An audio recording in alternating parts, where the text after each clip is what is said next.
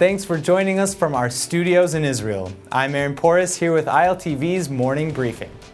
Red alert sirens wailed last night over the southernmost Israeli city of Eilat as the Iron Dome missile defense system engaged 3 rockets incoming from the Egyptian Sinai Peninsula desert.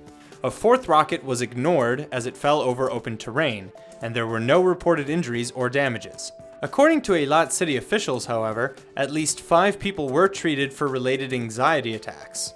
Rocket fragments from the Iron Dome interception were reportedly found in a hotel pool, and pictures were posted to social media. The Islamic State-affiliated group operating in the Egyptian Sinai, formerly known as Waliyat al-Sinai, has since claimed responsibility. The city of Eilat is a popular destination for tourism and is at near capacity at the moment. Eilat hasn't been directly targeted with rocket fire since the 2014 war between Israel and Gaza, dubbed Protective Edge. The IDF fired back at a Syrian government target on the Golan Heights on Wednesday night after a stray Syrian shell struck inside Israel earlier in the day. While Jerusalem recognized that the shell may not have been deliberately shot into the Golan Heights, Israel holds the Syrian government responsible for any spillover into Israeli territory as a result of its more than 6-year-old civil war. Military sources said the IDF identified a hit, while no injuries or damages were reported from the Syrian shell, which landed in open territory. Pro-government media in Syria reported that IDF helicopters carried out the retaliatory attack, which only caused damage. The shell is reported to have come from clashes between pro-Assad forces and rebels in the demilitarized zone.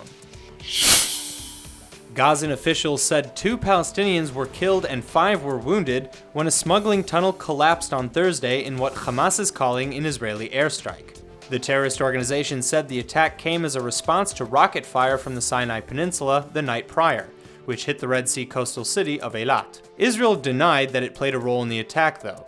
The underground tunnel being constructed along the border between Gaza and Egypt was meant for commercial purposes, officials said. On Monday, the Israeli Air Force struck several Hamas targets in the Gaza Strip after the terrorist organization launched a morning rocket volley and its gunmen fired at Israeli troops later in the day. United States House Republicans blocked a resolution sponsored by over 100 Democrats earlier this week, which calls upon the White House to officially recognize that the Nazis targeted Jews during the Holocaust in World War II. The resolution was drafted in response to the White House's official statement on the eve of International Holocaust Remembrance Day last month, where Jews were not specifically mentioned a single time. Jewish organizations abound condemned the statement, and Democratic Representative Joe Crowley of New York, who attempted to force the vote on the resolution on Tuesday, said, quote, "It is beyond belief that President Trump would allow a Holocaust remembrance statement to go out under the banner of his White House that did not discuss the genocide perpetrated against the Jewish people," end quote.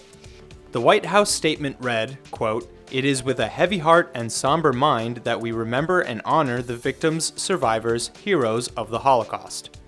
It is impossible to fully fathom the depravity and horror inflicted on innocent people by Nazi terror.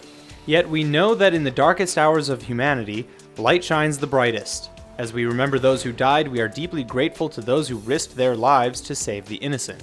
In the name of the perished, I pledge to do everything in my power throughout my presidency and my life to ensure that the forces of evil never again defeat the powers of good. Together, we will make love and tolerance prevalent throughout the world." End quote. White House officials defended the statement's omission of mentioning Jews as attempting to be inclusive. Prime Minister Benjamin Netanyahu ordered to reprimand the Belgian Ambassador for his Prime Minister's meeting with anti-Israel groups while he was in the country. On Wednesday, Belgian Prime Minister Charles Michel met with leaders from B'Tselem and Breaking the Silence. The 2 human rights groups are known for their constant efforts to undermine Israel and the IDF. A day prior, in a meeting with Michel on Tuesday, Netanyahu asked his Belgian counterpart to order his government to stop funding these types of organizations. Netanyahu said after hearing about Michel's meetings that Belgium needs to decide if it wants to change direction or continue with an anti-Israel line. That's all for now. I'm Aaron Porras, and see you later with our main daily broadcast from Israel at 2 p.m. Eastern Time.